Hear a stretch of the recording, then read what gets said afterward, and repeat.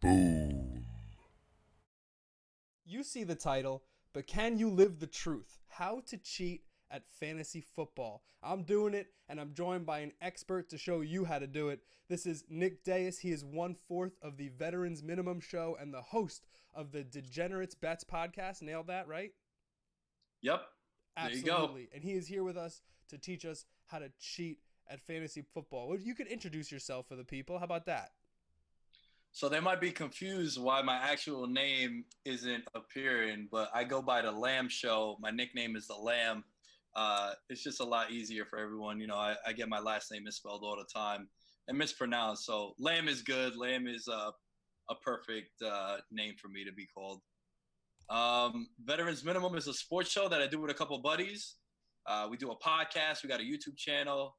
Just shoot the shit and talk about sports. And Degeneration Bets is a sports betting and daily fantasy show that I do with a friend of mine. It's actually one of the top sports betting shows in the world. Matchbook.com actually wrote a pretty neat article about it a couple of months ago. So it's pretty good, man. And I like to use sports betting and gambling when I'm making plays on fantasy football. So I've kind of found an edge there. I've done pretty well for myself in the DFS world.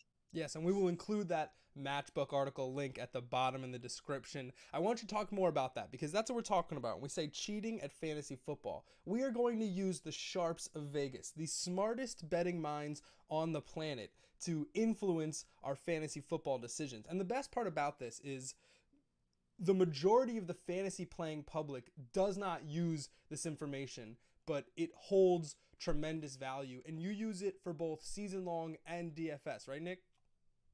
Yeah. I mean, I like to tell people that Vegas has no bias. Vegas doesn't have a favorite team. I know the Raiders are going there in a couple of years, but if the Raiders aren't going to be good, they're not going to be setting high lines on them. So their main objective is to make money. So Vegas automatically humbles fan base when they tell you that their win total projections is 4.5 wins.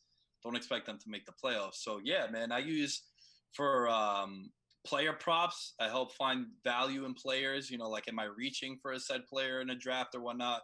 I'm big on prop bets. Props should be my middle name, to be honest with you. Nick Props Deus. I like it. Or Nick quote Lamb Props. Maybe Props hyphen Deus. There you go. Yeah, I we could could do go with that. that. You could find touchdown leader, you could find rushing leader, passing yards leader, everything, every leader that you want. And on a weekly basis, on a yearly basis, they give you all those propositions. So that's how I find value in players. T.Y. Hilton, the wide receiver. So I know a lot of my buddies have been talking up, not really talking up, but questioning what they should do with T.Y. Hilton. And the one thing that really jumped out to me is if you look at the Indianapolis Colts, their projected win total opened up at 6, right? The Las Vegas Sportsbook, 6 wins. So that's what Vegas thinks that they're going to do. And if you look at it now, it's moved up to 7, Rick. And I know it might sound like just one game, but if you put that in baseball terms, you're looking at an 11-game increase, right? That's significant. Vegas doesn't really do that many times. So what that's telling me is if your main concern with T.Y. Hilton is the health of Andrew Luck's shoulder, which is everyone's concern. Look, the guy up until like 2 weeks ago didn't throw a football for 18 months. Their win total is now at 7. They've seen enough. They've heard enough. His shoulder is fine. I'm very high on T.Y. Hilton this year. And Vegas is telling me that I don't need to be concerned about Luck's shoulder. So the win total correlates to the overall team performances, which is going to further down correlate to Hilton's stat production. But if you look even further, like that's the first flag, but Hilton is getting some love in props too, right? You look at the Las Vegas Sportsbook, T.Y. Hilton is 33-1, meaning $1 wins you $33 for him to lead the league in rushing. But then you look at the Westgate Casino, also out of Las Vegas, he's 18-1. We like that. That's awesome. And that's telling you that it could be a miscalculation in the odds. It could be that, hey, one casino is sharper than the other. I know of the Westgate Casino being one of the top casinos in the world. So I'm going to go with them saying that at 18-1, he's closer to the top as a favorite than he is to the bottom as an underdog. So with all good things, we follow the money. And if the money is backing the Colts and T.Y. Hilton, we want to back him too for our fantasy squad. I want to shift to running backs because there's a lot of running backs at the top of the draft. It makes it really tough to decide who you're going to draft first overall. But when it comes to rushing props this year, one running back is dominating the numbers. So what do you think we can learn from looking at rushing props? Me personally, when I'm drafting in the first round, I want to get my hands on one of these bell cow running backs. I want to get a guy like Todd Gurley, a guy like Le'Veon Bell, David Johnson. Yeah, but well, a lot of analysts would say that they're all in the same tier and that you can't go wrong. And even looking at last year and lifting up Gurley. But when you look at what Vegas is siding with, Vegas is pretty clear that they're fans of Zeke Elliott, right? Yeah, that's what I was going to say to you is the guy that you didn't mention. Well, I didn't mention is Ezekiel Elliott. Oh, were you doing a thing? Look, were you doing a thing there? And I cut you off? Yeah. Oh yeah, my it's all god. good, my god. Classic. You know, classic. I was trying to just introduce it a little better, but it's all right. Look, this is the first time we're doing it, so we'll get to learn each other. But yeah, man, look, Ezekiel Elliott, right? He's the favorite according to Vegas. That'd be the guy that I'd have my eye on. Vegas is telling me that he should lead the league in rushing touchdowns and even in rushing yards as well. Let's not forget, 2 years ago, his rookie season, he crushed it. And last year, he had a pretty solid year despite missing 6 games because of suspension. Yeah, he was one of the most discussed players going into last season with his draft stock.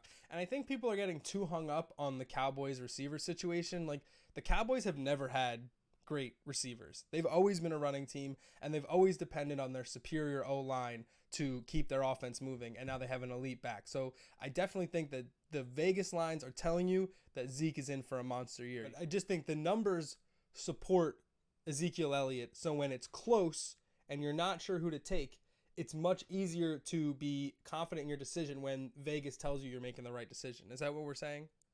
Oh yeah, without a doubt. Yeah, if ever you had a fork in the road, I would look to Vegas. They'll help you. So those are two guys that we think could break out based on what Vegas is telling us. But there's also some names that let us know where to spot regression. And one of those guys is Russell Wilson. And I think it's easy to think that he would have a lesser season than the QB1 year he had last year. But Vegas is projecting him for a real step back, Nick. Let's start off with the receiving core, right? They lose Jimmy Graham, who he had 10 touchdowns last year for them. He was really their stretched out run play inside the red zone, a lot of jump balls and a lot of back shoulder plays to him.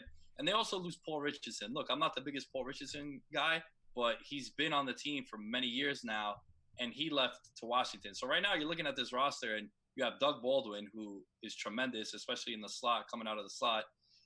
You have him that he could throw to. And you have a guy like Tyler Lockett, who, I think he's just a bona fide returner at this point. You think Lockett's a jag, just another guy? Yeah, look, I think he's tremendous coming out of Kansas State. I really liked him as like a slot guy, but you have a guy like Doug Baldwin, so when you try to move Lockett to the outside, he's kind of undersized. Absolutely. And I think he's a tremendous returner. Like, I think some guys are just dope returners, right? Like Devin Hester was a tremendous returner. They tried to make him a wide receiver. You kind of shit the bed there. But as far as Russell Wilson goes, man, I just think that the offensive line is really bad. You're going to see regression. It's very rare where guys have back-to-back monster years like he did. I totally agree. And, last year there were 3 guys that threw over 30 touchdown passes. Wilson threw 34, and then it was Brady, and then Carson Wentz didn't even full season, which is kind of crazy if you think about it. This year, there's only 2 projected to throw over 30 touchdowns. Tom Brady and Aaron Rodgers leads all quarterbacks. He's projected at 33.5. That's the over one under. But Wilson is all the way down at 25.5 touchdowns. Now, I know we talk about his rushing upside, but 9 less passing touchdowns projected. That's a huge drop off, right? Yeah, but if you look at his career, it's around that 25 range. Like last year was an outlier. That's true. So that's why you see that big of a drop off there, where guys like Brady and Rodgers, they're in the 30 to 35 range year in, year out. So a guy like Russell Wilson, why he's so fantasy viable, look, let's not get crazy. The guy's going to play on your team every week. Yeah. But, yeah, he's going to regress in the throwing aspect. And last year, he accounted for 37 of the 38 offensive touchdowns. That's a crazy stat. So, you said that before the show. That stat still blows my mind. That's bonkers.